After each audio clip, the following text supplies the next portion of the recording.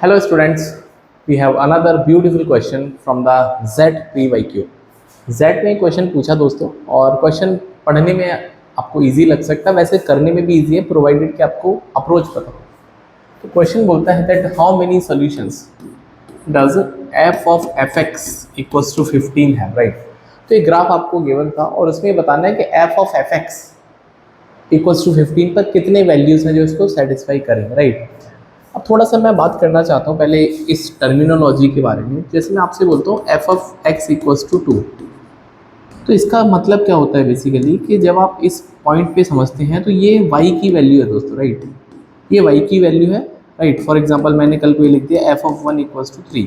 इसका मतलब this is the value of x and this is the value of y, right. तो ये आपको समझ में आना चाहिए कि इक्वल टू में जो लिखा होता है y होता है, y axis, right, equals to y होता है, राइट। चलो ये पहला समझ में आता है।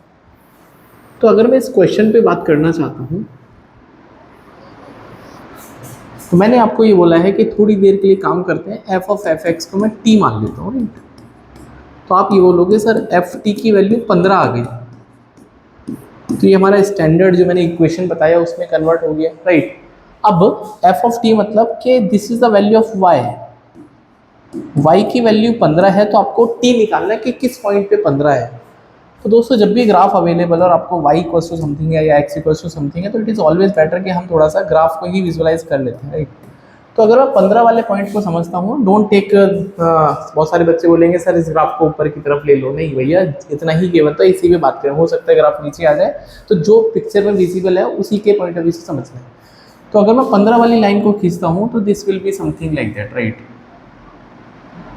इसका मतलब क्या है कि जब आप इसको ऑब्जर्व करोगे, you can observe that 15 जो है वो दो जगह आपको मिलने वाला है, ये दो जगह 15 मिलेगा, राइट।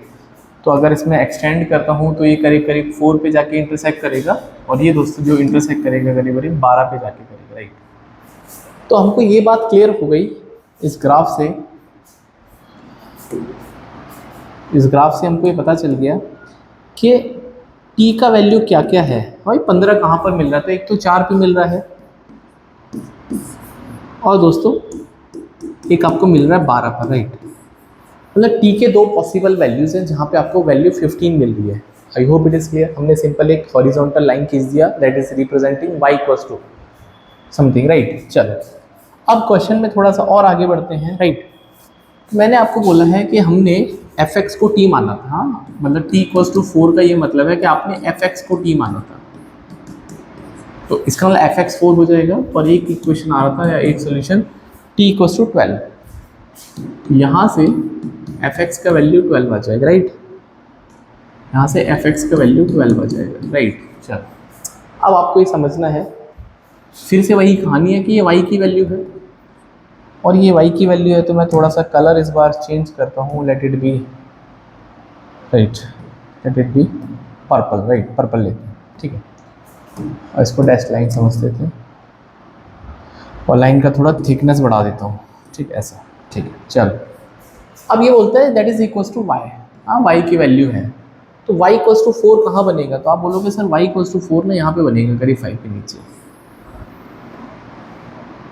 राइट। और एक बोलता है y इक्वल्स टू 12, तो 12 इसके नीचे बनेगा, ये, ठीक है। तो ये जो मैंने बनाया है this is y equals to 4, और ये जो मैंने बनाया है y इक्वल्स टू 12। अब जितनी भी जगह ये इंटरसेक्ट करेंगे ग्राफ को, वो नंबर ऑफ सॉल्यूशंस हो जाएंगे। तो कितनी जगह इंटरसेक्ट करेंगे, 1 2 3 4 5 6 7। फिर सवाल का सिंपल सा जो राइट आंसर आएगा वो 7 आएगा, राइट। तो इसका आंसर जो बनेगा दोस्तों दैट इज 7।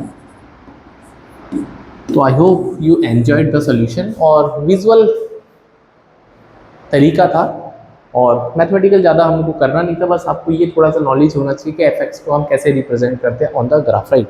और क्वेश्चन ऑफ द डे की जो प्लेलिस्ट है उसको फॉलो कर लो, definitely your concepts will be, I can say, revise हो जाएंगे अगर आपको आते हैं, या फिर कुछ नया सीखने को डेफिनेटली मिलेगा। और ये जो क्वेश्चंस हैं of course they are some selected questions जिनका सोल्यूशन मुझे लगता है कि मुझे आपके साथ शेयर करना चाहिए। So see you in the next video with one more question. Till then you can join Quant Prep 99. Bye, take care.